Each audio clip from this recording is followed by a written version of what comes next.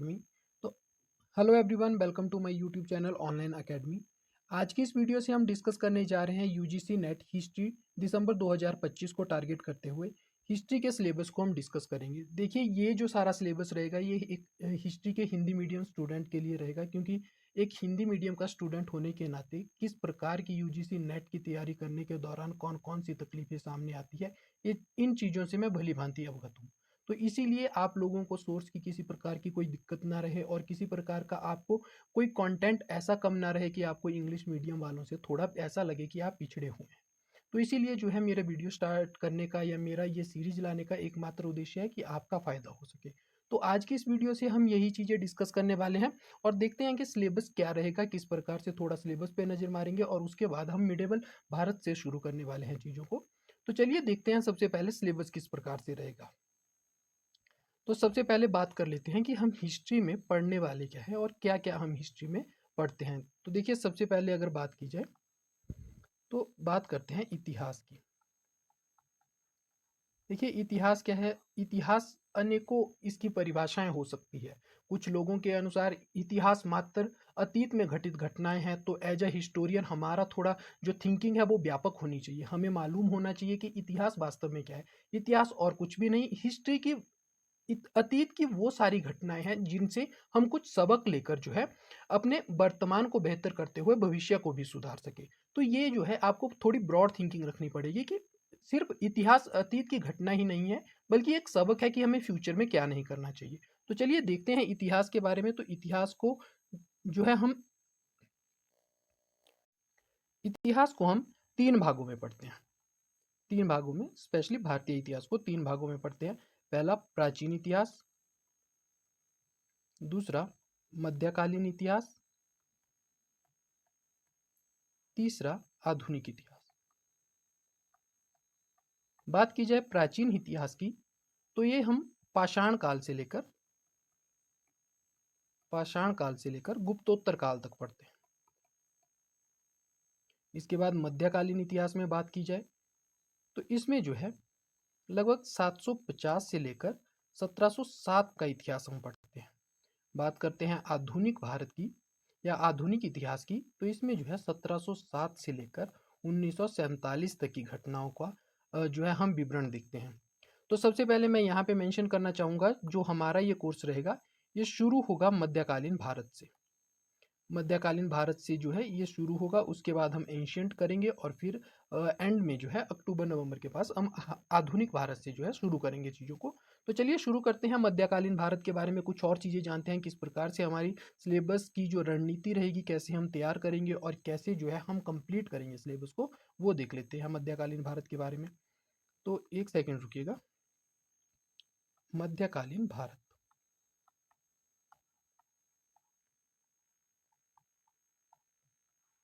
मध्यकालीन भारत में अगर देखा जाए तो हम दो चीज़ों में देखेंगे। एक पूर्व मध्यकाल, इसमें हम 750 से लेकर 1206 तक की घटनाओं का विवरण देखते हैं। और एक आएगा उत्तर मध्यकाल, जहाँ पे हम 1206 से लेकर 1707 यानी कि 501 वर्षों का जो है अध्ययन हम यहाँ पर करेंगे। तो इसी क्रम में जो है हम पूर्व मध्यकाल को भी कुछ हिस्सों में बांटेंगे। जैसे पूर्व मध्यकाल में जो है हम 750 से लेकर 1000 तक का इतिहास और फिर 1000 से लेकर 1200 तक का इतिहास। एक 750 से लेकर 1000 ईस्वी तक देखा जाए तो यहाँ हम कुछ जो है राज्य पढ़ने वाले हैं, जैसे गुज्र प्रतिहार एक, दूसरा जो रहेगा वो रहेगा पाल वंश, बंगाल वाला पाल वंश। उसके बाद जो तीसरा रहेगा वो रहेगा राष्ट्रकूट और चौथा चोल। तो ये चार जो है हम पूर्व मध्यकाल में डिस्कस करने वाले हैं। अगर बात की जाए यहाँ पे जो पूर्व मध्यकाल के 1000 ईस्वी से लेकर 1200 ईस्वी तक का है, यहाँ पे हम तुर्क आक्रमण पढ़ने वाले हैं। तुर्क आक्रमण हम इसमें देखेंगे कि किस प्रकार से गजनबी भारत पर आक्रमण करता है और 17 बार जो उसके आक्रमण रहते हैं, किस प्रकार की क्या कहानी रहती है उनके पीछे, वो सारी चीज़ें डिस्कस करेंगे। उसके बाद गौरी का आक्रमण देखेंगे। तो गौरी जो है फिर उसमें 1191 का त्राइन युद्ध, 1192 का जो है त्राइन का दूसरा युद्ध, 1194 का चंदावर वाला युद्ध, वो सारी चीज़ें हम यहाँ पे डिस्कस करने वाले हैं। इसके अलावा अगर बात करें तो उत्तर मध्यकाल को थोड़ा सा टाइम दीजिएगा।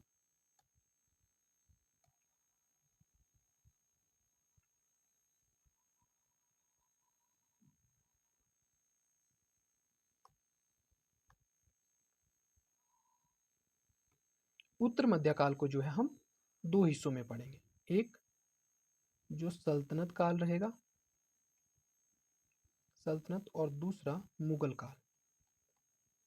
सल्तनत काल में देखा जाए तो 1206 से लेकर हम 1526 के बीच की चीज़ें देखेंगे, और अगर मुगल काल में देखा जाए तो 1526 के बाद से 1707 औरंगजेब की मृत्यु तक हम चीज़ें देखेंगे।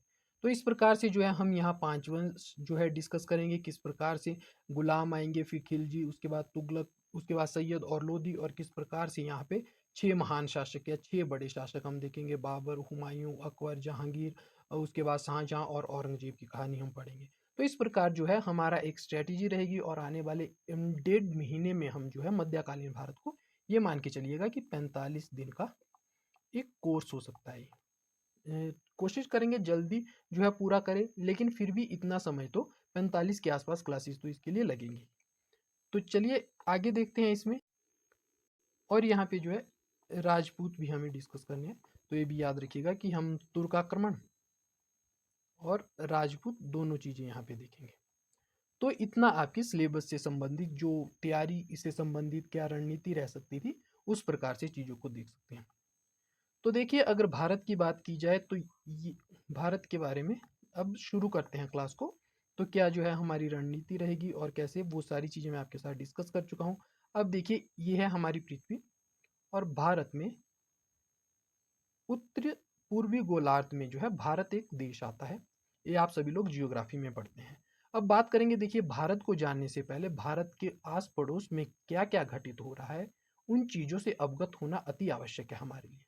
अगर हमें आसपास का वातावरण ही पता नहीं होगा तो भारत में कौन कौन सी परिस्थितियां आ रही है, किस प्रकार से भारत का व्यापार रोमन साम्राज्य के विघटन के बाद से गिरने लगता है, किस प्रकार से चीजें बाद में फ्लरिश होने लगती है अरबों के टाइम पे, किस प्रकार से शैलेंद्र वंश का जो है पाल शासकों के साथ संबंध रहता है, और किस प्रकार से कंबोडिया वाले जो शासक थे उनका पल्लवों के साथ संबंध रहता है। जब हमें बाहरी लोकेशन का ही पता नहीं होगा तो किस प्रकार से हम आंतरिक या भारत में जो घटित चीजें हो रही है उनके बारे में कैसे जो है जानकारी प्राप्त कर पाएंगे, या सही तरह से मैप बना पाएंगे अपने माइंड में। तो उसके लिए आवश्यक है कि सबसे पहले हम कहानी को वहीं से शुरू करें जहां से कहानी को शुरू होना चाहिए। तो इसमें सबसे पहले हम बात करेंगे यूरोप के बारे में। देखिए यूरोप जो है उत्तरी गोलार्ध में अगर कहे तो एक महाद्वीप है। तो इसमें बात करते हैं कि छठी शताब्दी के आसपास की बात है, छठी शताब्दी के आसपास की बात है, छठी शताब्दी ईस्वी की बात है। आई होप आपको एडी और बीसी और एडी में जो है सारी चीज़ें पता होगी, बीसी और एडी के बारे में क्या चीज़ें रहती है। तो छठी शताब्दी ईस्वी की बात है, यानी कि जब जीसस क्राइस्ट के जन्म के बाद वाले जो छठी शताब्दी आती है उसकी बात हम यहाँ पे करने वाले हैं। तो यूरोप में इस समय क्या होता है कि जो पश्चिम यूरोप था इसकी राजधानी रोम थी, और जो पूर्वी यूरोप था उसकी राजधानी जो है कुंस्तुनतुनिया थी। तो कुंस्तुनतुनिया थी। तो प्राचीन रोमन साम्राज्य की जो दो राजधानियां थी, एक थी रोम और दूसरी थी कुंस्तुनतुनिया। अब क्या होता था कि इस तरफ से जर्मन जो है, जर्मन जनजातियां जिसमें स्लाव हो गई और अन्य जनजातियां हो गई, वो जो है पश्चिम रोम पर या पश्चिम यूरोप पर लगातार आक्रमण कर रहे थे। और धीरे धीरे देखने को मिलता है कि छठी शताब्दी तक आते आते जो पश्चिम यूरोप है वो कई भागों में बंट जाता है। और कई भागों में बंटने के बाद क्या होता है, यहाँ पे एक प्रकार से डार्क एज और फ्यूडलिज्म जन्म लेता है, सामंतवाद जन्म लेता है। दूसरी ओर अगर देखा जाए तो जो पश्चिम रोम से जो लोग, जो विद्वान पहले रहते थे पश्चिम रोम में, जिन्होंने रोम को एक बेहतरीन राजधानी बनाकर रखा था, ज्ञान का सागर बनाकर रखा था, वो अब कुंस्तुनतुनिया जो पूर्वी रोमन साम्राज्य की राजधानी थी उसकी ओर बढ़ना शुरू करते हैं, और कुंस्तुनतुनिया को धीरे धीरे समृद्ध करना शुरू करते हैं। चाहे वो तकनीक के बारे में हो, विचारों की बात हो, या किसी अन्य प्रकार से व्यापार की बात हो, तो उसको कुंस्तुनतुनिया को जो है वो धीरे धीरे धीरे जो है फ्लरिश करना शुरू करते हैं। और इसी क्रम में क्या होता है, कुंस्तुनतुनिया जो है देखने को मिलेगा कि तेरह तेरह 1354 के आसपास तक जो है कुंस्तुनतुनिया, अगर कहे 1350 के आसपास तक कुंस्तुनतुनिया अच्छे से जो है व्यापार करता है अन्य सभी देशों के साथ। इसमें अगर बात करें रूस हो गया, सीरिया हो गया, अन्य जितने भी बड़े देश हो सकते हैं वो इसी तरफ के थे और इनके साथ जो है व्यापार होने लगता है, भारत के साथ व्यापार होने लगता है तुर्की वाले एरिया में। तो इनका प्रभाव था। और अगर धर्म के बारे में बात की जाए तो यहाँ पर जो था धर्म, एक्चुअल में ये क्या था, डार्क एज शुरू हो चुकी थी। डार्क एज शुरू हो चुकी थी क्योंकि अब जो है सामंतवाद आ गए थे, तो ना तो वो किसी प्रकार से विचारकों को अपने दरबार में रखते थे और ना ही किसी प्रकार की तकनीक में सुधार करना चाहते थे, क्योंकि इतना धन ही उनके पास नहीं होता था।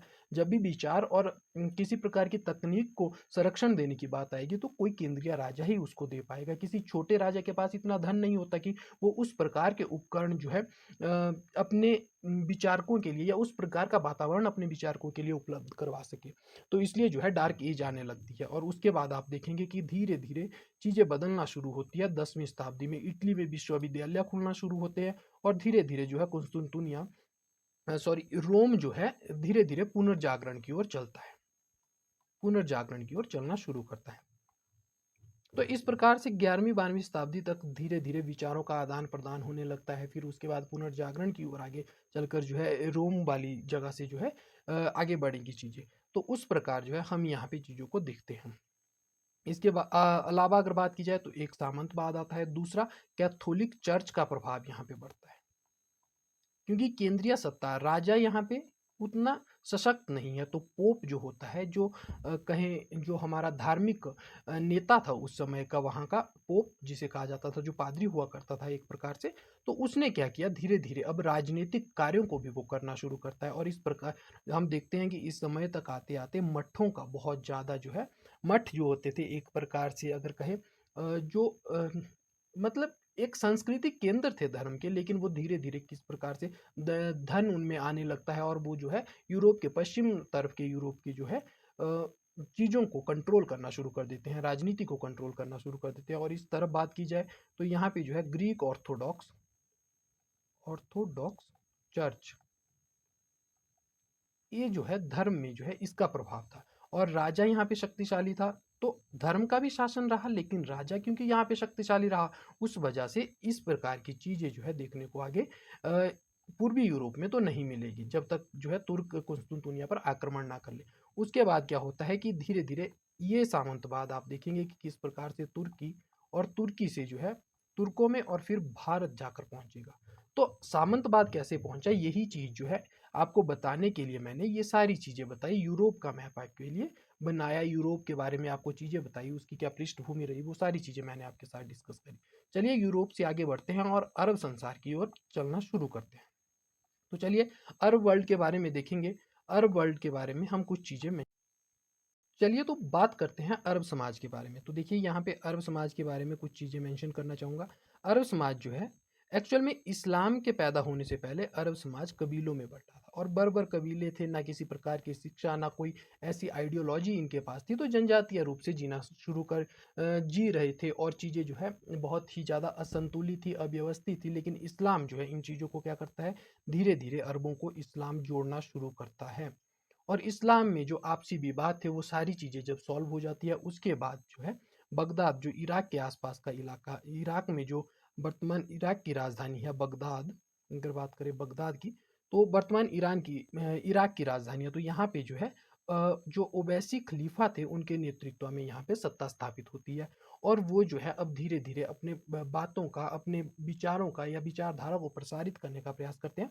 और इसी क्रम में जो है एक सिल्क रूट, जो वर्तमान में ओबोर की बातचीत होती है, वन रोड बेल्ट या वन रोड बेल्ट इनिशिएटिव जिसको बोलते हैं, या OBOR one road one belt, OBOR one road one belt. तो ये जो प्राचीन काल में उत्तरा पथ दक्षिणा पथ हम सुनते हैं और आगे चलकर किस प्रकार से जो है सिल्क रूट से वो चीज़ें जुड़ती है, कनिष्क का साम्राज्य कैसे सिल्क रूट को जो है कंट्रोल करता है। तो ये बगदादी जो हैं ये, या कहें जो खलीफा के वंशज थे या जो खलीफा बने इस समय, तो उन्होंने जो है सिल्क रूट को अपने कंट्रोल में करना शुरू कर दिया। अब सिल्क रूट इनके कंट्रोल में आता है तो व्यापार का लगभग बहुत बड़ा हिस्सा इनके कंट्रोल में आता है। अरब व्यापारी व्यापार में प्रसिद्ध हो जाते हैं और इस प्रकार से जो है अरब में सारी चीज़ें होने लगती हैं। लेकिन इसी दौरान क्या होता है कि यहाँ पे एक घटना घटती है और भारत में इस्लाम का किस प्रकार से आगमन होता है उसके बारे में अब हम देखेंगे। तो देखिए ये है भारत, और यहाँ पे इस तरफ जो है पाकिस्तान का सिंध क्षेत्र है जो भारतीय उपमहाद्वीप में आता है। तो यहाँ पे सिंध में क्या होता है, कुछ घटनाएं घटती है और उस प्रकार से हमें देखने को मिलता है कि 712 ईस्वी में कासिम जो है यहाँ पर आक्रमण करता है। तो चलिए मीर कासिम की हम एंट्री देखते हैं और कहाँ तक इस्लाम उस समय रहा उसकी जानकारी जानेंगे। लेकिन इस्लाम के बारे में याद रखिएगा कि अभी सिर्फ ये सिंध तक ही सीमित रहेगा। बाद में अगर कहें तो 1206 के बाद जब केडीए यानी कि कुतुबुद्दीन ऐबक जो है दिल्ली की गद्दी प्राप्त करेगा, उसके बाद धीरे धीरे प्रसारित होना शुरू होगा, या कुछ जो है गजनबी और गौरी के समय में भी थोड़ा बहुत प्रसारित हुआ होगा, अलग बात है। लेकिन जो बड़े स्तर पर होने लगता है तो केडीए के समय में होता है। तो चलिए देखते हैं मीर कासिम के बारे में। मीर मोहम्मद बिन कासिम का भारत पर आक्रमण 1712। आक्रमण का कारण क्या था, तो आक्रमण का कारण भी जान लेते हैं एक बार। तो आक्रमण के कारण में बात की जाए तो ये देखिए ये भारत है और यहाँ पे जो है श्रीलंका है। तो माना जाता है कि समुद्री डाकू अरब व्यापारियों के जहाज को लूट लिया करते थे, जिसमें मुस्लिम महिलाएं और बच्चे थे। तो यहाँ पे क्या होता है, इस वाले इलाके में जो है ये वाला क्षेत्र जो है सिंध वाला है क्षेत्र है जो वर्तमान पाकिस्तान में है।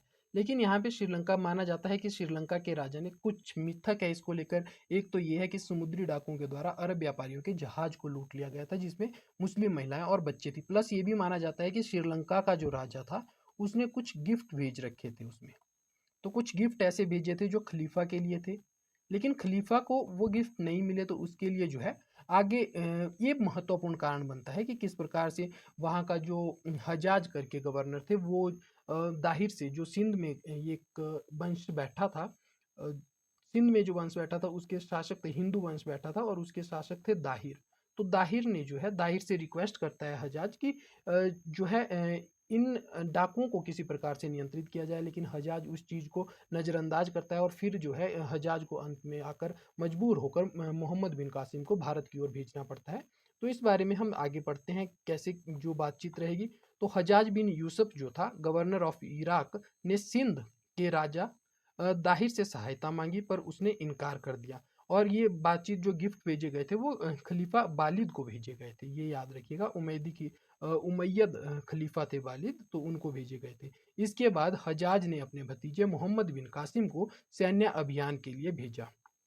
खैर 1711 में भी प्रयास किया गया था हजाज के द्वारा, 12 में भी किया गया था, लेकिन 1700 बाद में जो है अंत में उसको मोहम्मद बिन कासिम को जो है वो भेजता है भारत की ओर। तो ये भतीजा और प्लस दामाद भी था उसका। और अगर देखा जाए तो ये 17 वर्ष की उम्र में जो है भारत पर आक्रमण करने आता है। मोहम्मद बिन कासिम केवल 17 वर्ष का था, उसने अभियान किया। मोहम्मद बिन कासिम एक अरब सेनापति था जिसे भारत के सिंध क्षेत्र में चढ़ाई करने के लिए भेजा गया था। और भेजा किसने था, तो हजाज ने भेजा था। उसने बलूचिस्तान को पार कर सिंध में प्रवेश किया। आगे देखते हैं इसके बारे में। पहला युद्ध जो होगा दायवूल का युद्ध होगा। दायवूल के युद्ध की बात की जाए तो पहला बड़ा युद्ध दायवूल में हुआ। दायवूल पर कब्जा कर और एक विशाल मंदिर को मस्जिद में बदल दिया। तो ये याद रखिएगा कि पहला युद्ध कहाँ हुआ था, दायवूल में जो है पहला युद्ध हुआ था। उसके बाद अगर आगे बात की जाए तो रावण का युद्ध आएगा सबसे महत्वपूर्ण। सबसे महत्वपूर्ण युद्ध राजा दाहिर से राबर या रावण में हुआ था।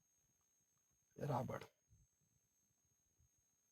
अगर बात की जाए कब हुआ था तो डेट देखिए, यूजीसी के नेट की आप तैयारी कर रहे हैं, यूजीसी नेट की आप तैयारी कर रहे हैं, तो आपको ये चीज़ याद रखनी चाहिए कि कोई छोटा एग्ज़ाम नहीं है। आपको हर फैक्ट याद होना चाहिए, चाहे वो तारीख हो या किसी प्रकार की अन्य बात हो, ईयर की बात हो या महीने की बात हो। कोई भी स्पेसिफिक जानकारी आपसे पूछी जा सकती है और हो सकता है वही आपकी जो है स्कॉलरशिप के लिए, जीआरएफ के लिए महत्वपूर्ण सिद्ध हो जाए। तो आपको जो है कुछ छोटी छोटी चीज़ें ध्यान में रखनी होगी, तभी जाकर आप बड़े लक्ष्य को प्राप्त कर पाएंगे। तो 20 जून 1712 को जो है एक युद्ध होता है, रावण का युद्ध। और इस रावण के युद्ध में क्या होता है, मोहम्मद बिन कासिम और सिंध के राजा दाहिर के बीच में होता है। और इस युद्ध में जो है देखने को मिलता है कि दाहिर हार जाता है। दाहिर के पुत्र जो होता है ब्राह्मणबाद का राजा जयसिंह होता है, को भी पराजित किया जाता है। और कासिम ने जो है इस प्रकार से अधिकार कर लिया, कहाँ पे, जो सिंध वाला क्षेत्र था वहां पर। खलीफा बदलने के बाद उसे वापिस बुला लिया गया। अब यहाँ पे एक और कहानी समझिएगा। एक्चुअल में क्या था कि जब ये भारत आया था 1712 में, ये जब भारत इसने आक्रमण किया तो उस दौरान जो है खलीफा कोई और था। लेकिन जब बाद में देखने को मिलता है कि खलीफा परिवर्तित हो जाता है। खैर उस कहानी को बाद में समझते हैं, लेकिन उससे पहले कुछ चीज़ें और ऐड करना चाहूँगा यहाँ पे। तो याद रखिएगा कि इसने 1713 में पाकिस्तान में मुल्तान नामक क्षेत्र जो है, मुल्तान नामक क्षेत्र को जीता था, और जीत कर जो है उसका नाम स्वर्ण नगर रख दिया था। ये चीज़ आप मेंशन कीजिएगा, स्वर्ण नगर रखा था। और देखिए एक और चीज़ मैं आपके साथ डिस्कस करना चाहूँगा, क्योंकि मेरे जो नोट्स बनाने का सोर्स है वो बहुत डाइवर्सिफाई है। तो अब मैं हर चीज़ आपके साथ पीडीएफ में मेंशन नहीं कर सकता, हर चीज़ आपको पीडीएफ में टाइप नहीं कर सकता, इतना मेरे पास भी समय नहीं है। जितना मेरे पास समय है मैं, और जितना मैं पीडीएफ बना पाता हूँ, वो सारी चीज़ें मैं ऐड करने की कोशिश करता हूँ। लेकिन हिस्ट्री एक वास्ट सिलेबस है और आपको जो है इसी प्रकार से तैयारी करनी पड़ेगी। कुछ मैं पीडीएफ में दूंगा, कुछ डिक्टेट करूंगा, आपको वो चीज़ें अपने नोट्स में मेंशन करनी पड़ेगी। हो सकता है आपको बोझिल लगने लगे, लेकिन आप कोई छोटा टेस्ट, फिर से वही बोलूंगा कि कोई छोटी बात नहीं है जो जिसकी आप तैयारी करना शुरू कर रहे हो। तो चलिए देखते हैं आगे क्या रहेगा इसमें। तो मुल्तान पर जो है 1713 में आक्रमण किया और स्वर्ण नगर उसका नाम रखा। उसके बाद जो है इसके जो अरब आक्रमण है, अरब आक्रमण यानी कि मोहम्मद बिन कासिम का जो आक्रमण है, इसकी जानकारी कहाँ से मिलती है? तो ये जानकारी मिलती है चचनामा से। चचनामा एक पुस्तक है, अरबी भाषा में है, ये भी याद रखिएगा, अरबी भाषा में है। और माना जाता है कि इसका रियल राइटर कौन था ये बात तो नहीं पता, लेकिन इसका बाद में चलकर जो है, आगे चलकर फारसी अनुवाद हुआ था, फारसी अनुवाद किया था, और ये अनुवाद करने वाले थे अबू बकर,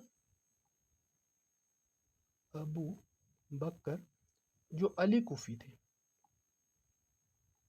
अली कुफी। तो ये जो है आप ध्यान रखिएगा कि पहले जो है चचनामा अरबी में, अरबी भाषा में लिखी गई थी, लेकिन इसके रियल राइटर का किसी को पता नहीं है, तो इसलिए चचनामा का रियल राइटर कोई जानता भी नहीं है और ना ये क्वेश्चन कभी पूछा जाएगा। लेकिन ये याद रखिएगा कि फारसी में जो है अबू बकर करके अली कुफी ने जो है, अबू बकर अली कुफी ने जो है इसका अनुवाद किया था। तो इतनी जानकारी आपको यहाँ से मिलती है। इसके बाद इसी में मेंशन किया गया है कि चचनामा ग्रंथ के अनुसार जो है 1715 में बगदाद के खलीफा जो सुलेमान थे के आदेश पर मोहम्मद बिन कासिम की हत्या कर दी जाती है। मोहम्मद बिन कासिम की हत्या होती है, लेकिन इसके पीछे कारण क्या थे? तो इसके पीछे दो कहानियां एक्चुअल में मानी जाती है, तो वो हम पीडीएफ में देख लेते हैं। तो इसकी मृत्यु हो जाती है, और मृत्यु के पीछे जो है दो वजहें क्या थी। एक तो ऐसा माना जाता है कि उसने जो है दाहिर की बेटी और बेटी और पत्नी को पकड़कर जो है खलीफा के पास भेजा, लेकिन खलीफा ने इसे गलत एंगल से देखा, और गलत एंगल से देखा उस वजह से जो है उसे दमिश्क में बैल की चमड़ी में बांधकर जो है बुलाया जाता है, और दम घुटने से उसकी मृत्यु हो जाती है। तो ये बात थी उस समय। लेकिन दूसरा ये भी माना जाता है, जो एक ईरानी इतिहासकार थे ब्लाजूरी करके, उन्होंने कहा था कि खलीफा जो हजाज थी, इराक का जो गवर्नर था, जिसका भतीजा और दामाद था मोहम्मद बिन कासिम, उसको जो है हजाज ने भेजा था। तो हजाज जब नया खलीफा सुलेमान आया, तो हजाज ने क्या किया, हजाज को बंदी बना लेता है, बंदी बना लिया, उसके सगे संबंधियों को बंदी बना लिया, और जो है मीर कासिम को वापस बुला लिया। मीर कासिम को वापस बुलाया गया, कठोर यातनाएं दी गई, उसे कठोर दंड दिया गया, और उसकी भारी पिटाई करने की वजह से उसकी मृत्यु हो गई। तो ये जो है कुछ उसकी मृत्यु को लेकर जो है बातचीत रहती है, और ये भी कहा जाता है, या कहे एक फैक्ट है, कि उसकी मृत्यु जो है 20 वर्ष की आयु में हो गई थी। तो आप मान के चलिए कि इतिहास कैसे कैसे वीरों से भरा है। आप ये मत देखिए कि इतिहास में मुस्लिम कौन है, हिंदू कौन है, हम उसी को अच्छे से पढ़ेंगे या वही हमारा रोल मॉडल रहेगा जो हिंदू था, या जो हमारे धर्म से संबंधित था। लेकिन आप ऐसे अगर इतिहास को पढ़ेंगे, तो आप इतिहास के वास्तविक उद्देश्य से जो है इतिहास को समझना, और उसको इस तरह से अपने जीवन में इम्प्लीमेंट करना कि जो गलतियां किसी बंदे के द्वारा इतिहास में की गई है, वो हम फ्यूचर में ना करें। तो इस प्रकार से उसको इम्प्लीमेंट करने की कोशिश। तो आप उस उद्देश्य से कहीं ना कहीं वंचित रह जाओगे अगर आप हिंदू, मुस्लिम और किसी अन्य धर्म की बातें करने लग जाओगे। तो हमें ये ध्यान रखना है कि ये अप्रिशिएट करने वाली चीज़ है कि 17 वर्ष में सिंध जैसे राज्य पे कोई व्यक्ति अगर आक्रमण कर रहा है, तो उसमें किस प्रकार की योग्यता रही होगी, ये हमें सीख लेने वाली बात है। और 20 साल में उसकी मृत्यु हो जाती है, तो काफ़ी मोटिवेटिंग करेक्टर भी है ये। अगर इसको उस प्रकार से ना देखा जाए, आक्रांता के रूप में ना देखा जाए, व्यक्तिगत रूप में देखा जाए, तो ये रोल मॉडल भी हो सकता है किसी का। चलिए आगे देखते हैं शासन व्यवस्था के बारे में क्या चीज़ें रहती है। तो शासन व्यवस्था के बारे में बात की जाए, तो मोहम्मद बिन कासिम ने सिंध में इस्लामी शासन स्थापित किया। तो ये पहला पॉइंट है। इस्लाम की एक्चुअल में शुरुआत ही इसी के आक्रमण से हुई थी। तो इस्लामी शासन जो है सिंध में स्थापित किया, जजिया कर लगाया। अब जजिया कर क्या था? तो जजिया जो है एक अपमानित कर था। पहले क्या होता था, एनसीईआरटी में सिर्फ इतना सा लिखा गया था कि जजिया जो है गैर मुस्लिमों पर लगने वाला कर था। लेकिन अब जो 8th की एनसीईआरटी चेंज हुई है कुछ 3-4 दिन पहले, उसमें जो है ये चीज़ मेंशन की गई है कि ये एक अपमानित कर था, ये हिंदुओं को या गैर मुसलमानों को अपमानित करने के लिए लगाया जाता था। इसके पीछे के 2 कारण थे। एक एक तो राजा जो है इस्लाम को प्रसारित करना चाहता था और अपनी जनता को, वहाँ की जो जनता थी, उसको ये मैसेज देना चाहता था कि या तो तुम अगर जजिया से बचना चाहते हो तो किसी प्रकार से जो है तुम इस्लाम मान लो, या दूसरा, अगर तुम इस्लाम को नहीं मान रहे हो तो तुम जिम्मी प्रजा हो, यानी कि गैर मुस्लिम हो, तो जिन उन्हें जिम्मी प्रजा कहा जाता था। तो गैर मुस्लिम हो उस वजह से क्योंकि तुम मुस्लिम साम्राज्य में शरण लिए हो और हम तुम्हारी रक्षा कर रहे हैं, उसके एवज में तुम्हें कुछ जो है धन हमें देना होगा ताकि हम अपने प्रशासन को, शासन को बेहतरीन ढंग से एग्जीक्यूट कर सके। तो प्रशासन, इसके बाद देखते हैं, तो ये जो है जजिया के पीछे की कहानी थी। इसके बाद देखा जाए तो प्रशासन में स्थानीय लोगों को भी स्थान दिया गया था। कई स्थानीय हिंदू और बौद्ध अधिकारियों का जो है वो प्रशासन में बनाए रखा। तो आपको लगेगा कि यार अभी तक हिंदू, ठीक है, आपने बताया कि हिंदू जो है राजशाही वहाँ पे थी, किस प्रकार से दाहिर जो था हिंदू शासक था, लेकिन अब बौद्ध कहाँ से आ गया? तो मान के चलिए कि हिंदू राजशाही थी, उससे पहले वहाँ पे बौद्ध धर्म का ही प्रभाव था। तो बौद्ध और हिंदू जो है इकट्ठे ही उस समय देखने को मिलते हैं। तो धीरे धीरे जो समाज इसी प्रकार से बन गया था कि हिंदू और बौद्ध जनता दोनों साथ साथ रह रही थी। तो ये जजिया जो है केवल हिंदुओं पर नहीं था, बौद्धों पर भी था, ये भी याद रखिएगा आप। तो उसके बाद जो है आगे बढ़ते हैं, तो प्रशासन में भी हिंदू और बौद्धों को तो सहिष्णु नीति अपनाई थी इसने कि ठीक है इस्लामी है, लेकिन जो आवश्यकता है उसको स्वीकार करते हुए उसके अनुसार हमें अपने आप को ढाल के आगे बढ़ना चाहिए। तो वही चीज़ें इसने भी की। अब कुछ इंपॉर्टेंट फैक्ट जो है इसके बारे में देख लेते हैं। भारत में पहला सफल मुस्लिम आक्रमण किया था इसने, पहले स्थायी मुस्लिम शासन स्थापित किया गया। अरबों का शासन सिंध में लगभग 300 वर्षों तक रहा, लेकिन अरब आगे भारत के भीतर नहीं बढ़ सके। सिंध को इस्लाम का द्वार कहा जाने लगता है। सिंध को इस्लाम का द्वार क्यों कहा जाता है? इंपॉर्टेंट फैक्ट है, क्योंकि यहीं से आप देखोगे कि इस्लाम की एंट्री होगी। सबसे पहले जो है यही पॉइंट बनेगा जहां से भारत की ओर जो है इस्लाम प्रसारित होना शुरू होता है। आप याद रखिएगा कि जब भी दो संस्कृतियां मिलती है, तो हिंदू और मुस्लिम संस्कृति मिली, तो एक संक्रमण का काल पैदा होगा। संक्रमण का काल पैदा होगा, कुछ मूल्य एक संस्कृति दूसरी संस्कृति में डालेगी और दूसरी संस्कृति जो है पहली संस्कृति में डालेगी। तो इसी प्रकार से जो है इस्लाम का द्वार इसे माना जाता है। आगे अगर बढ़े तो मोहम्मद बिन कासिम का आक्रमण भारतीय इतिहास में इस्लामी शासन की शुरुआत मानी जाती है, जिससे आगे के मुस्लिम आक्रमणों का मार्ग प्रशस्त हुआ। तो इसके बारे में जो है इतनी जानकारी हमें मिलती है। कुछ और चीज़ें अगर हम मीर कासिम के बारे में, सॉरी, मोहम्मद बिन कासिम के बारे में ऐड करना चाहें, तो वो चीज़ें जो पेपर पॉइंट ऑफ व्यू से इंपॉर्टेंट रह सकती है। तो जो प्रभाव थे, देखिए मैंने कहा था कि मैं सारी चीज़ें मेंशन नहीं कर पाऊंगा, तो इसलिए डिक्टेट करने की कोशिश करूंगा आपको। तो सबसे पहले प्रभाव देख लेते हैं कि क्या हुए। जिस प्रकार से दो संस्कृतियां मिली, तो दोनों ने कुछ ना कुछ तो शेयर किया ही होगा। तो सबसे पहले जो शेयर किया गया था वो था, जो सबसे पहले शेयर हुआ था वो था दशमलव प्रणाली। दशमलव प्रणाली, देखिए दशमलव प्रणाली जो है भारत में 5वीं शताब्दी में इजाद हुई थी। इसके बाद जो है ये हिंदजा के नाम से अरब दुनिया में गई, और यहीं से जो है अरब दुनिया से वही 9वीं 10वीं शताब्दी में जो है 11वीं शताब्दी में आगे चलकर जो है अरेबिक न्यूमेरलस के नाम से यूरोप में जाकर पहुंचती है। तो यूरोप जो खुद को इतना शिक्षित बताने की कोशिश करता है, कहीं ना कहीं इसमें देखा जाए तो भारतीय मूल्य ही शामिल है। उसी को पढ़कर ये आगे चलकर जो है पुनर्जागरण जैसी मूल्यों तक पहुंचते हैं, और फिर आकर जब भारत में डार्क की एज आएगी तो भारत में उन विचारों का प्रसार करते हैं। तो ये लोग कहीं ना कहीं अपने को जो उच्च संस्कृति का दिखाने की कोशिश करते हैं, वो मूल्य भारत के ही दिए हुए हैं। ये भी आज के समय में इनको स्वीकार करना ही पड़ेगा। आज नहीं तो कल जाकर ये चीज़ें इन्हें स्वीकार करनी ही होगी। आगे चलकर देखें तो इसके अलावा जो है इसने एक प्रशासन में चीज़ याद रखिएगा कि दिनार नाम के स्वर्ण सिक्के इसने चलाए थे, सोने के सिक्के चलाए थे इसने। तो ये जो है एक पॉइंट ये भी बन सकता है। इसके अलावा अगर देखा जाए तो पंचतंत्र, पंचतंत्र आपको पता होगा। पंचतंत्र जो है एक राजनीति पर आधारित एक बुक है जो राजकुमारों को पढ़ाने के लिए या उनको प्रोत्साहित या कहें नैतिक शास्त्र को बताने के लिए चीज़ें उसमें ऐड की गई थी कहानियों के रूप में।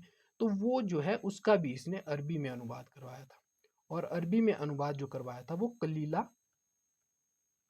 कलीला दमना के नाम से करवाया था, दमना। कलिला दमना के नाम से अनुवाद करवाया था। इसके अलावा आगे देखा जाए तो ब्रह्मगुप्त द्वारा लिखित जो ब्रह्म सिद्धांत था, ब्रह्म सिद्धांत, इसका भी जो है इसने अनुवाद करवाया और अनुवाद जो अरबी में हुआ उसके बाद उसका नाम क्या पड़ा, इल्म उल साहिब पड़ा, इल्म उल साहिब नाम पड़ा था। तो ये चीज़ भी आप जरूर मेंशन कीजिएगा। इसके बाद जो है ब्रह्मगुप्त का था, ये ब्रह्म सिद्धांत ब्रह्मगुप्त का था। और चीज़ें अगर देखी जाए तो ब्रह्मगुप्त के बारे में, ब्रह्मगुप्त का जो खंड खाद्य था, खंड खाद्य या कहे खंड खंडवाद, उसका जो है इसने अरबी में अनुवाद करवाया था। तो ये भी आप याद रखिएगा। इसके बाद एक और किताब मिलती है देखने को, एक सेकेंड, इसके बाद एक और किताब है अल फाजरी।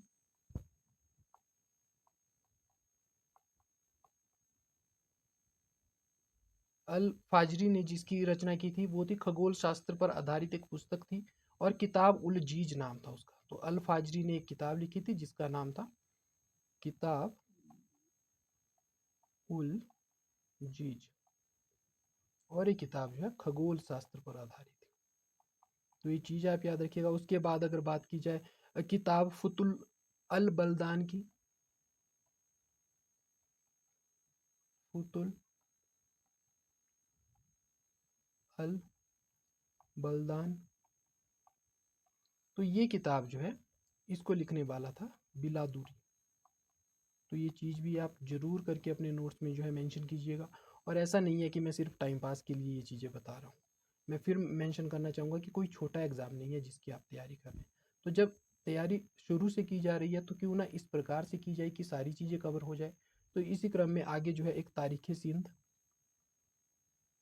तारीख़ सिंध नामक किताब, प्लस एक और किताब थी मासूम सिंध। कुछ लोग कहते हैं कि ये दोनों किताबें एक थी और कुछ लोगों का मानना है कि दोनों अलग अलग किताबें हैं। तो ये लिखी किसने थी, जो अरब आक्रमण की जानकारी देते हैं, तो ये मीर मासूम के द्वारा लिखी। इसके अलावा देखा जाए तो मुल्तान आदि को जीतने के बाद जो है ये मतलब ठीक है इसने शासन स्थापित किया लेकिन उतने बड़े प्रभाव ये जो है नहीं छोड़ पाया क्योंकि इसे वापस बुला लिया गया था 3 साल। खैर 300 वर्षों तक तो इनका शासन बना रहा यहाँ पर, लेकिन तब तक कुछ भी ज़्यादा जो है भारतीय संस्कृति को ये प्रभावित नहीं कर पाया था। तो इतना जो है हम अरब आक्रमण के बारे में सीख सकते हैं, मतलब पढ़ सकते हैं और आगे बढ़ते हैं। अब जो है हमने ये दो चीज़ें देख ली, अब हम तीसरी ओर बढ़ते हैं। तो जैसा कि हमने मेंशन किया, एक सेकेंड, तो चलिए अभी हमने क्या देखा, हमने देखा कि किस प्रकार से भारत के लिए पृष्ठभूमि निर्मित हो रही है। भारत के आसपास के जो राज्य हैं या आसपास के बड़े जो किंगडम रहे वो किस प्रकार से भारत को प्रभावित करेंगे, हम उन चीज़ों को डिस्कस कर रहे हैं। तो इसी क्रम में जो है हमने पहले यूरोप को देखा, यूरोप हमने देख लिया। यूरोप से भारत में सामंतवाद आएगा, भारत में सामंतवाद आएगा। तो ये चीज़ जो है आप अपने दिमाग में अभी अगर फिट कर लेंगे, हालांकि परिस्थितियों के अनुसार और भारत की भौगोलिक दृष्टि के अनुसार चीज़ें परिवर्तित हुई थी। जैसा सामंतवाद यूरोप में था उस प्रकार के गुण भारत की सामंतवादी व्यवस्था में नहीं देखने को मिलते हैं। लेकिन फिर भी आप याद रखिएगा कि सामंतवाद तुर्क होते हुए ही भारत में पहुंचा है। इक्ता प्रणाली, अगर आप इल्तुतमिश के बारे में जब आगे पढ़ेंगे तो इक्ता प्रणाली के माध्यम से पहली बार सामंतवाद की नींव पड़ती है। उससे पहले देखा जाए मतलब ये कहना तो एक प्रकार से ठीक नहीं होगा कि इक्ता प्रणाली के माध्यम से उससे पहले भी छोटे छोटे साम्राज्य थे, उनके अधीन भी सामंत रहे थे। हर्षवर्धन के समय से सामंतवाद की नींव पड़ने लगी थी। लेकिन सामंतवाद की जो अगर कहें, सामंतवाद वैसे तो भारतीय सामंतवाद ही है, लेकिन फिर भी कुछ ना कुछ यूरोप के प्रभाव देखने को मिलते ही है। दूसरा हम देखेंगे अरब, हमने देख लिया कि किस प्रकार से जो है सिंध तक अरब पहुंचते हैं। अब जो है हम देखने वाले हैं चीन के बारे में और फिर देखेंगे दक्षिण पूर्व एशिया के बारे में। तो क्या क्या चीज़ें रहेंगी वो सारी चीज़ें हम यहाँ देखने वाले हैं। तो चलिए चीन से शुरू करेंगे।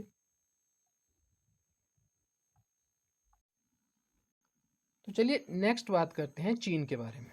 तो चीन में अगर देखा जाए तो इस समय 9वीं 10वीं शताब्दी के आसपास या कहे 8वीं 9वीं शताब्दी के आसपास जो है चीन में क्या होता है, एक सेकंड, 8वीं 9वीं शताब्दी के दौरान चीन में क्या होता है, चीन में तांग शासन था, तांग वंश का शासन था। तो तांग शासन के बाद जो है चाइना काफ़ी फ्लरिश करता है इस दौरान, चीन प्रगति पर। उसके बाद देखा जाए तो 10वीं शताब्दी में एक शासक आते हैं, सुंग वंश के शासक जो है शासन करते हैं। और उसके बाद जो है अंत में जाकर 12वीं शताब्दी के आसपास या कहीं 13वीं शताब्दी में जो है मंगोल एक बड़ा साम्राज्य खड़ा करते हैं, जो लगभग मंगोलिया से लेकर सिल्क रूट और कहे उत्तर पूर्व कोरिया और नीचे हिंद चीन तक देखा जाए, नीचे वाला जो क्षेत्र रहेगा कंबोडिया वाला, वहां तक, कंबोडिया से ऊपर वाले क्षेत्र को अगर ले लिया जाए, मेकोंग रिवर वाले क्षेत्र को, तो वहां तक मंगोलों का क्षेत्र रहता है। और आज भी जो है चाइना इसी साम्राज्यवादी नीति को प्रेफर करता है और कहीं ना कहीं क्लेम भी करता है उन चीज़ों का। तो खैर वो अलग बातें हैं, वो कभी पॉलिटी में डिस्कस करेंगे या कभी चीन की नीति को देखेंगे, उस समय डिस्कस करेंगे। लेकिन जो है अभी हम यहीं पर वापिस आते हैं। तो मंगोलों में देखा जाए, मंगोल, तो मंगोलों में देखा जाए एक प्रमुख शासक हुआ कुबलई खान। कुबलई खान जो है, कुबलई खान की अश्वरोही सेना उसकी सबसे बड़ी ताकत थी, जिसके माध्यम से वो कहाँ, नॉर्थ कोरिया है छोटा सा राज्य, कहाँ वो कोरियाई प्रायद्वीप है, तो उस पर आक्रमण करना सफल हो पाया था, आक्रमण करने और कब्जा करने में सफल हो पाया था। इसके समय में ही, कुबलई खान के समय में ही अगर देखा जाए तो मार्को पोलो आया था, मार्को पोलो आया था। तो इसके बारे में भी याद रखिएगा कि ये भी 13वीं शताब्दी में आया था। उसके बाद जब ये भारत की ओर से वापिस इटली जा रहा होता है, तो उस दौरान वेनिस का यात्री था, इटली मतलब जो इटली में वेनिस पड़ता है, तो इटली वापिस जा रहा था उस दौरान भारत होते हुए, तो केरल के मालाबार तट पर रुका था। तो ये क्वेश्चन जो है बन सकता है, एक इम्पॉर्टेंट फैक्ट है ये भी। तो भारत से संबंधित आपको जो जो फैक्ट मिलते हैं और इम्पॉर्टेंट लगते हैं उनको जरूर मेंशन कीजिएगा। ये चीज़ें जो है आपकी पृष्ठभूमि निर्मित करने के लिए है। तो कोशिश कीजिएगा कि इनके भी आप नोट्स बनाएं, ताकि आपको हेल्पफुल कर सके एक माइंड मैप बनाने के लिए, एक रोड मैप प्रदर्शित कर सके कि कैसे भारत की नीतियाँ रहेंगी या भारत के साथ क्या प्रभाव रहेंगे। तो आगे चलते हैं, चाइना से आगे बढ़ते हैं। अगला जो रहेगा वो रहेगा south and east and south east Asia. तो इसमें जो है हम क्या देखेंगे, दक्षिण पूर्व एशिया में अगर बात की जाए, तो दक्षिण पूर्व एशिया में इस समय दो साम्राज्य देखने को मिलते हैं। दो साम्राज्य कौन कौन से थे, तो एक था शैलेंद्र वंश,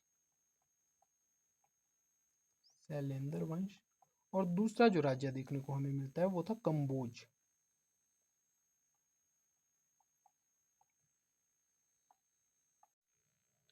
कंबोज साम्राज्य देखने को मिलता है।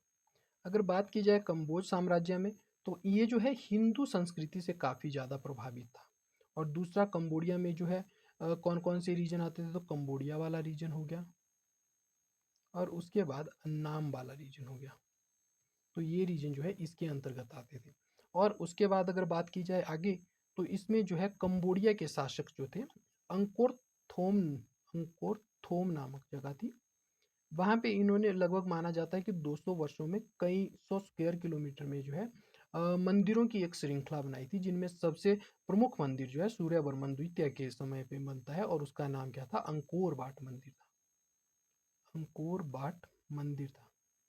इसे दुनिया का 8वां अजूबा भी कहा जाता है अंकोर वाट मंदिर को। तो ये भी आप याद रखिएगा, 200 वर्षों में जो है चीज़ें यहाँ परिवर्तित हुई थी या बनी थी ये चीज़ें। दूसरा शैलेंद्र वंश, जिसकी मैं बात कर रहा था, पाल वंशों से इनके जो है हमें संबंध देखने को मिलते हैं। तो वो चीज़ें भी हम अब देखते हैं इसमें। तो इनके अधीन क्या रहता है, मलय प्रायद्वीप, शियाम, शियाम की बात की जाए तो वर्तमान का थाईलैंड, उसके बाद इंडोनेशिया वाला क्षेत्र, जावा सुमित्रा, सुमात्रा जो है, जावा सुमात्रा जो सारे क्षेत्र है वो इनके अधीन थे। तो इस समय जो है ये चीज़ें देखने को मिलती है। और इनके समय में बोरोबुदुर, बोरोबुदुर का एक मंदिर है, बोरोबुदुर का मंदिर। तो ये सारी चीज़ें आप जो है ऐड कर सकते हैं अपने नोट्स में। हो सकता है कभी ये फैक्ट के रूप में पूछ लिया जाए, क्योंकि ये जो है 11वीं की एनसीईआरटी में बहुत ही अच्छे तरीके से मेंशन की गई चीज़ें हैं। तो आपको ये याद रखना है कि एनसीईआरटी में जो चीज़ें मेंशन है उनकी ज़्यादा वो रहती है, पॉसिबिलिटी रहती है एग्जाम में पूछे जाने की। चलिए आगे बढ़ते हैं। एक एक बार मैं आपको जो है लोकेशन इनकी बता देता हूँ, उसके बाद जो है हम आगे बढ़ेंगे। तो जैसा कि मैंने बताया आपको, एक सेकेंड रुकिएगा। तो हमने जिस प्रकार से देखा यूरोप वाली बातचीत, फिर अरब वाला क्षेत्र, यहाँ पे फिर भारत आएगा, और उसके बाद जो है ये वाला क्षेत्र जो है यहाँ, और ऊपर ये वाला क्षेत्र। तो ये जो है इस वाले क्षेत्र में जो सुमात्रा हो गया, जावा, सुमात्रा, इंडोनेशिया वाला क्षेत्र, उसके बाद फिलीपींस वाला क्षेत्र, तो ये वाला है शैलेंद्र वंशियों के अधीन है। और कंबोडिया जो है इस थोड़ा नीचे होना चाहिए था ये वैसे तो, लेकिन यहाँ पे जो कंबोडिया वाला क्षेत्र है, वो वाला क्षेत्र जो है वो कंबोज साम्राज्य के अंतर्गत आता है, अनाम वाला क्षेत्र। और ये वाला सारा क्षेत्र जो है ये शैलेंद्र वंश के बारे में। हमने चीन के बारे में देखा तो जो है, माफ कीजिएगा एक सेकेंड,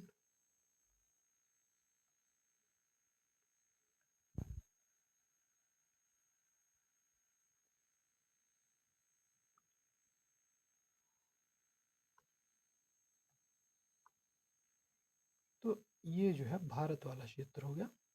और अगर देखें फिर ऊपर हमने चीन को देखा, उसके बाद अगर बात की जाए तो इस ओर अरब के बारे में हमने जाना, और इस तरफ हमने यूरोप के बारे में जाना। तो ये जो था आपकी पृष्ठभूमि बनाने के लिए था। अब चलिए, अब हम पूर्णतः भारत में एंटर करने वाले हैं। तो आई होप वीडियो थोड़ा लंबा जरूर हो गया है, लेकिन आपको जानकारी काफ़ी अच्छी लगी होगी और काफ़ी पसंद भी आई होगी। तो चलिए भारत की ओर एंटर करते हैं। तो देखिए, भारत में जो है थोड़ी मैं आपके लिए एक और पृष्ठभूमि बनाना चाहूँगा कि भारत में इस समय राजनीतिक हालात कैसे थे। तो देखिए, ये जो है ये भारत है, भारत वाला क्षेत्र है। तो इस समय जो है आपको पता है कि हर्षवर्धन की मृत्यु के बाद उत्तर भारत निरंतर बिखरता रहा, और उत्तर भारत में दो राज्य अब बड़े, जो दो कई राज्य वैसे देखने को मिलते हैं, छोटे छोटे शासकों के अधीन रियासतें देखने को मिलती है, लेकिन दो बड़े राज्य जो हम कहेंगे, तो इस तरफ को जो है गुज्र प्रतिहार, गुज्र प्रतिहार, ये देखिए ये किसी प्रकार का वो मान्य मैप नहीं है कि गुज्र प्रतिहार के लिए ये स्पेसिफिक बाउंड्री है, ये मैं अपने ओर से बना रहा हूँ ताकि आपको समझ आ सके, और अपनी माइंड के लिए आप तैयार कर सके कि कौन सा क्षेत्र, जब मैं पाल शासक बोलूँ तो आपके दिमाग में ये चीज़ मेंशन हो जाए कि हाँ पूर्व वाले क्षेत्र, पूर्व वाले भारत की बात हो रही है।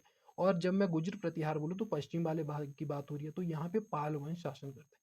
तो ये इसलिए है ये मैप, तो इसको किसी प्रकार से गलत औचित्य से आप लेने की कोशिश मत कीजिएगा। उसके बाद बात की जाए तो राष्ट्रकूट, इस वाले क्षेत्र में जो है राष्ट्रकूटों का पूर्णतः प्रभाव देखने को मिलेगा, और यहाँ पे जो है चोल वाला क्षेत्र जो है देखने को मिलेगा आपको।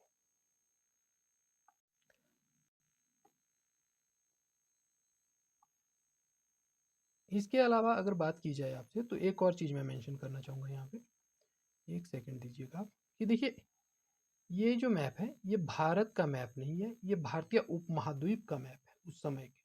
तो उसमें जो है तत्कालीन अफगानिस्तान, अ, उसके बाद पाकिस्तान वाला क्षेत्र, भारत का क्षेत्र, तो वो सारा क्षेत्र जो है इसमें मेंशन है। तो आपको जब चीज़ें पढ़ाई जा रही है तो सिंध उस समय भारत का हिस्सा है, ये तो अंग्रेजों के बाद हुआ कि सिंध जो है पाकिस्तान में चला गया, विभाजन अंग्रेजों का दिया हुआ है। हम एंशियंट या मध्यकालीन भारत पढ़ रहे हैं, तो उसमें जो है ये सारी चीज़ें, किसी प्रकार की कोई राजनीतिक बाउंड्री नहीं है, तो हम ये हिंदू कुश को मानकर चल रहे हैं। ये सुलेमान पहाड़ियाँ हैं, तो आप ध्यान रखिएगा इन चीज़ों को कि किस प्रकार से जो है। और कभी भी जो है इतिहास के जो छात्र हैं आप, तो उस नाते मैं एक्सपेक्ट भी करूँगा आपसे, और ये उम्मीद भी रखूँगा कि किसी प्रकार का राजनीति आपको ज़्यादा इन्फ्लुएंस ना करती हो, और किसी प्रकार का मेरा इस प्रकार के मैप बनाने का औचित्य आप गलत प्रकार से ना लें। तो चलिए आगे बढ़ते हैं और भारत में देखते हैं। तो प्रारंभिक मध्यकालीन भारत 1750 से लेकर 1200 के बीच में, और ये चीज़ें मैं आपके साथ मेंशन कर चुका हूँ कि किस प्रकार से रही। लगभग 8वीं से 12वीं शताब्दी में हर्षवर्धन के साम्राज्य के पतन के बाद प्रारंभिक मध्यकालीन मध्यकालीन भारत लगभग शुरू। इस काल में राजनीतिक विखंडन, क्षेत्रीयता और सामंतवाद देखा गया। तो ये चीज़ें जो है मैं डिस्कस कर चुका हूँ। अगर देखा जाए प्रमुख राजवंश, तो ये चीज़ें थोड़ा टाइम लाइन इनकी मेंशन कर लीजिएगा, और पूछा जा सकता है, मिलान में कुछ भी क्वेश्चन आ सकते हैं। प्रतिहार वंश पश्चिम भारत 730 से लेकर 1036 एडी तक। फिर आता है पाल वंश बंगाल व बिहार 750 से लेकर 1150 तक। उसके बाद राष्ट्रकूट वंश दक्षिण भारत में 752 से लेकर 973 के बीच में। चोल वंश दक्षिण भारत में 850 से लेकर 1279 में। देखिए, अगर मैंने आपको मैप नहीं बनाकर बताया होता तो आपको ये चीज़ें समझ नहीं आती। पश्चिम भारत, बंगाल, बिहार, हो सकता है आप उतना मतलब मैप बना लेते आपको, क्योंकि अब आप क्योंकि ग्रेजुएशन के बाद और मास्टर्स करने के बाद जो है इस स्तर पर जाने की कोशिश कर रहे होते हैं, तो अब तो भारत का मैप लगभग क्लियर होता है, लेकिन फिर भी एक आपको डायग्राम जो है आपके माइंड में बन सके, उसके लिए मैंने आपको मैप जो है बनाकर बता दिया। तो चलिए आगे बढ़ते हैं इसमें और पढ़ते हैं सबसे पहले हम प्रतिहार गुज्र प्रतिहारों के बारे में। तो गुज्र प्रतिहार प्रतिहार वंश गुज्र प्रतिहार वंश 730 से लेकर 1036 एडी तक। तो देखिए सबसे पहले स्टार्ट करते हैं कि गुज्र प्रतिहार वंश 8वीं से लेकर 11वीं शताब्दी तक पश्चिमी भारत उत्तर भारत के बड़े भाग पर शासन किया। तो आई होप आपको ये क्लियर होगा। उसके बाद देखते हैं कि कौन कौन से राजा रहे, और राजा जो है आपको ये चीज़ें याद करनी ही पड़ेगी। हो सकता है ज़्यादा लगे आपको राजा, लेकिन आपको जो है ये चीज़ें देखनी होगी कि हाँ कैसा ट्रेंड रह रहा है, आपके जो पेपर का ट्रेंड कैसा है, तो उस हिसाब से मैंने सारा कंटेंट रेडी किया। तो देखिए हरिश्चंद्र जो है कुछ सोर्स में इसे संस्थापक माना जाता है, लेकिन जो सबसे ऑथेंटिक सोर्सेज में जो माना जाता है वो नागभट्ट प्रथम को ही संस्थापक माना जाता है। तो ये चीज़ भी आप देख लीजिएगा।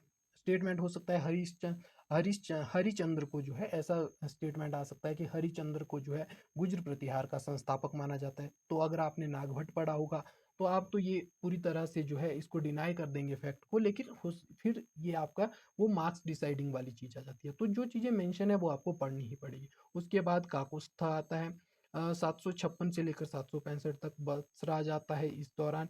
फिर नागभट्ट द्वितीय आता है। मेन रूलर जो है एक नागभट्ट प्रथम हो गया, उसके बाद बत्सराज हो गया, फिर नागभट्ट द्वितीय हो गया, और उसके बाद देखा जाए तो रामभद्र हो गया। फिर महिरभोज हो गया, एक और इम्पोर्टेंट रूलर जो है हमें महिरभोज पढ़ना होगा। फिर उसके बाद हम महेंद्रपाल पढ़ेंगे। फिर भोज द्वितीय आ गया, इतना इंपॉर्टेंट रूलर नहीं होगा। उसके बाद महिपाल प्रथम आ गया 915 से लेकर 950 के बीच में। इस दौरान भी हमें देखना पड़ेगा इंद्र तृतीय के जो आक्रमण की बातचीत रहेगी। फिर विजयपाल आ जाएगा, राजपाल आ जाएगा, त्रिलोचन पाल और यशपाल अंतिम ज्ञात शासक है। तो देखिए कुछ इंपॉर्टेंट तो आपको याद रखने ही होंगे, लेकिन कुछ ऐसे भी है, हो सकता है राजपाल और त्रिलोचन पाल आपने सुने ही ना हो, लेकिन जो है आपको क्रम में लगाने के लिए क्वेश्चन आ सकता है। तो आपको ये चीज़ें ध्यान रखनी होगी कि आपको पढ़ना ही पड़ेगा। 11वीं सदी में वंश का अंत हो जाता है।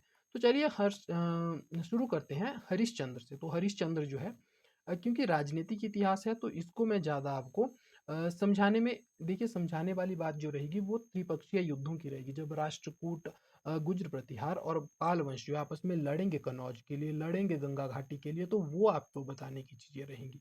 लेकिन अभी जो है हम पीडीएफ की मदद से जो है जल्दी जल्दी इन चीज़ों को पढ़ने की ट्राई करेंगे, क्योंकि ये चीज़ें उस प्रकार की है जो आपको याद रखनी होती है। तो देखते हैं फर्स्ट रूलर जो है कुछ अभिलेखों में उल्लेख मिलता है कि हरिश्चंद्र जो है संस्थापक है, तो ये चीज़ मैं मेंशन कर चुका हूँ। नागभट्ट प्रथम की अगर बात की जाए तो 730 से लेकर 756 ईस्वी तक इसका शासनकाल था। नागभट्ट प्रथम को इस वंश का संस्थापक माना जाता है। तो वही बात की कुछ जो सोर्सेज इसको नहीं मानते वो इसको संस्थापक मानते हैं। उसने अरब आक्रमणकारियों को हराकर पश्चिमी भारत की रक्षा की। तो देखिए यहाँ पे एक और चीज है, वास्तव में ये इससे संबंधित फैक्ट नहीं है, यहाँ पे थोड़ा समझने की कोशिश कीजिएगा कि जो है जब गुज्र प्रतिहार थे तो उस दौरान क्या होता है कि यहाँ वाला जो क्षेत्र था, यहाँ आसपास के क्षेत्र राजस्थान वाले क्षेत्र में ये स्थायी या कहीं छोटे राज्य थे, छोटे राजा थे। लेकिन धीरे धीरे इनको उभरने का, जैसे ही हर्षवर्धन का डिक्लाइन होना शुरू होता है और केंद्रीय शक्ति जो है कमजोर होना शुरू होती है, उसके बाद धीरे धीरे ये उभरना शुरू करते हैं। और उभरने के दौरान जो है प्रतिष्ठा का प्राप्त करते हैं। तो पहले इनको लगातार सिंध से जो है सिंध के आक्रमण झेलने पड़ते थे, लेकिन चालुक्य शासक जो है, वास्तव में चालुक्य शासकों के द्वारा 730 ईस्वी में जो है सिंधु को पूरी तरह से, सिंध के जो शासक थे उनको पूरी तरह से नियंत्रित कर लिया गया था, या उनके आक्रमणों को कम कर दिया गया था, जिसके कारण जो है इन्हें फ्लरिश होने का मौका मिलता है। उसके बाद ये कैसे कन्नौज जाएंगे वो भी हम देखेंगे। उसके बाद कैसे ये पूरब की ओर बढ़ने की कोशिश करेंगे और फेल होंगे। फिर मालवा, मालवा वाला क्षेत्र याद रखिएगा ये वाला होगा। गुजरात वाला क्षेत्र ये है। तो ये सारी चीज़ें कुछ आप जो है अपने दिमाग में सेटल डाउन करके रखिए। और जब एक फैक्ट तो सतलुज वाला आएगा, तो सतलुज वाला आपको यहाँ पे देखना पड़ेगा। इस प्रकार से चीज़ें जो रहेगी तो वो भी मैं आपके साथ डिस्कस करूंगा। तो चलिए आगे बढ़ते हैं इसमें। तो याद रखिएगा कि अरब आक्रमणकारियों को हराकर पश्चिमी भाग पर, और वास्तव में तो गुजरात के चालुक्य शासकों के द्वारा 730 में हराया गया था। आगे बढ़ते हैं वत्सराज के बारे में। 775 से लेकर 800 ईस्वी कन्नौज को जीतकर त्रिपक्षीय संघर्ष की नींव रखी थी इसने। तो याद रखिएगा पालो और राष्ट्रकूटों से संघर्ष किया। नागभट्ट द्वितीय के बारे में बात की जाए तो 800 से लेकर 833 ईस्वी कन्नौज को राजधानी बनाया था इसने, और राष्ट्रकूट राजा गोविंद तृतीय से पराजित हुआ था। देखिए ये सारी चीजें आप सिर्फ मेंशन कर लीजिएगा अपने नोट्स में। जब हम त्रिपक्षीय संघर्ष पढ़ेंगे इन तीनों राजवंशों के बीच में, चोलों को छोड़कर जो बाकी 3 राजवंश आएँगे तो उनके बारे में जब हम पढ़ेंगे तो डिटेल में पढ़ेंगे। अभी आपको ये समझ नहीं आ रहा होगा कि राष्ट्रकूट राजा गोविंद तृतीय से कैसे पराजित हो गया या क्या इसके पीछे की पृष्ठभूमि रही होगी। तो ये सारी चीज़ें मैं आपको बहुत अच्छे से क्लियर करने वाला हूँ जब मैं आपके साथ डिस्कस करूँगा वो चीज़ें त्रिपक्षीय युद्ध के बारे में। तो आपको पता लगेगा कि किस प्रकार से एक राजा दूसरे से लड़ रहा है, पाल वंश पीछे हो जा रहा है, फिर राष्ट्रकूट वापिस जो है दक्कन आ जाता है, तो उस प्रकार से चीज़ें कैसे आगे बढ़ती है, तो उस समय आपको क्लियर होगा। आप अभी जो है कुछ इंपॉर्टेंट जो इनके पॉइंट्स हैं उनको मेंशन करते चलिएगा। महिर भोज की बात की जाए तो 836 से लेकर 885 ईस्वी तक है। वैसे तो एनसीईआरटी मानती है कि कन्नौज को जीतने वाला 836 में महिर भोज था। तो ये भी आप देखिएगा क्योंकि वैसे नोट्स में तो जो है बत्सराज नागभट्ट द्वितीय मेंशन है, लेकिन महिर भोज भी जो है माना जाता है कि इसने जीता था कन्नौज। तो हो सकता है इस प्रकार से स्टेटमेंट आ जाए। उसके बाद इसके बारे में देख लेते हैं। महिर भोज गुज्र प्रतिहार वंश का सबसे शक्तिशाली शासक था। महिर भोज के शासनकाल को गुज्र प्रतिहार वंश का स्वर्ण युग कहा जाता है। तो ये सबसे इंपॉर्टेंट फैक्ट है, ये आप याद रखिएगा। उसने प्रतिहार साम्राज्य को चरम पर चरम उत्कर्ष तक पहुंचाया, तो ये भी आप याद रखिए। आगे देखा जाए तो साम्राज्य का विस्तार जो है पश्चिम, मध्य और उत्तर भारत तक किया। राजस्थान, गुजरात, मध्य प्रदेश, उत्तर प्रदेश, बिहार तथा कन्नौज बिहार तक किया। वैष्णव धर्म का अनुयायी था, इसलिए जो है अपने आप को आदि बराह भी कहा करता था। बराह की छवि वाले सिक्के इसने शुरू किए थे। मृत्यु के बाद 885 में महिर भोज मृत्यु के बाद धीरे धीरे वंश में गिरावट शुरू हुई। तो देखिए ये तो इतिहास का रूल है कि जब एक समय ऐसा आता है कि कोई भी वंश या किसी वंश में जो है एक ऐसा व्यक्ति होता है जो अपने जैसे परिवार को ही देख लीजिए, तो आपको लगेगा कि कोई परिवार ऐसा होगा जिसके माता पिता इतने ऊपर ऊंचाइयों तक जो है अपने परिवार को ले गए, लेकिन उसके बच्चे जो है अयोग्य हुए, तो वो धीरे धीरे साम्राज्य का डिक्लाइन, अपने परिवार का डिक्लाइन होने लग जाता है। वैसे ही जो छोटी सी बात परिवार पे लागू होती है वही बड़े से साम्राज्य पर भी लागू होती है। तो ये छोटी छोटी चीजें हैं। आप अगर घर अपने आसपास चीजों को देखना शुरू करेंगे तो इतिहास को बड़े आनंदित होकर पढ़ सकते हैं आप। तो ये चीजें हैं इसके बारे में। इसके बारे में अगर देखा जाए तो सुलेमान अरब यात्री, सुलेमान ने महिर भोज को भारत का सबसे शक्तिशाली राजा बताया और लिखा कि उसके पास एक विशाल और सुव्यवस्थित सेना थी। देखिए सुलेमान जो है मुख्यतः अगर मैं कहूँ तो सुलेमान सुलेमान जो है पाल वंशों से संबंधित है। अगर यहाँ पे स्टेटमेंट आए तो सुलेमान से ही संबंधित स्टेटमेंट हो सकता है, या दूसरा जो है जो रहेगा वो एक इतिहासकार रहेंगे। माफ कीजिएगा एक सेकेंड, मैं उनका नाम। तो देखिए जो मुख्यतः जो मैं बात कर रहा था कि जो मुख्यतः यहाँ पे देखने को मिलता है सुलेमान की जगह अगर कहूँ, तो वैसे तो सुलेमान ने भी विजिट किया था, इसने जो है पाल वंश में भी विजिट किया था, इसने जो है गुज्र प्रतिहार वंश में भी विजिट किया था, और ये जो है राष्ट्रकूट शासकों के उसमें भी आया था। तो ये स्टेटमेंट इसका सही है, इसमें मैं किसी प्रकार की आपत्ति नहीं व्यक्त कर रहा हूँ। लेकिन यहाँ पे मैं मेंशन करना चाहूँगा कि पाल वंश को इसने जो है रुहामा के नाम से रुहामा कहा था, या एक और नाम जो एनसीईआरटी में मेंशन है धर्म कहा था। धर्म जो है हो सकता है धर्मपाल के नाम पर कहा गया हो। एक चीज ये याद रखिएगा। दूसरा, गुज्र प्रतिहारों को इसने जो है जुज्र कहा था, जुज्र। और ये चीज जो है मेंशन आपको एनसीईआरटी में अल मसूदी के लिए मिलेगी। देखिए मैं तो ये कहूँगा कि कॉन्ट्राडिक्टरी है, और अगर आपको जो है देखना होगा तो इसमें जो है, और यहाँ पे लिखा गया है किंग बोरा कहा जाता था, तो ये चीज़ें मैं आपको डिस्कस करूंगा। लेकिन ये जुज्र वाली जो बात है ये जो है आप काट दीजिएगा, क्योंकि एनसीईआरटी में ये पूरी तरह से मेंशनड है कि जो जुज्र है वो गुज्र प्रतिहारों के लिए कहा है और अल मसूदी के द्वारा कहा गया है। तो ये यहाँ पे थोड़ी सी गलती हो गई, इसके लिए माफी चाहूंगा। और राष्ट्रकूटों को जो है बलहारा गया है, बलहारा कहा गया है। तो अब अल मसूदी के बारे में बात करते हैं। यहाँ पे सुलेमान के बारे में बात है, तो ये चीज़ आप जो है अल मसूदी कॉल्ड, ये मैं फिर से मेंशन करना चाहूँगा कि इस चीज़ को आप काट दीजिएगा।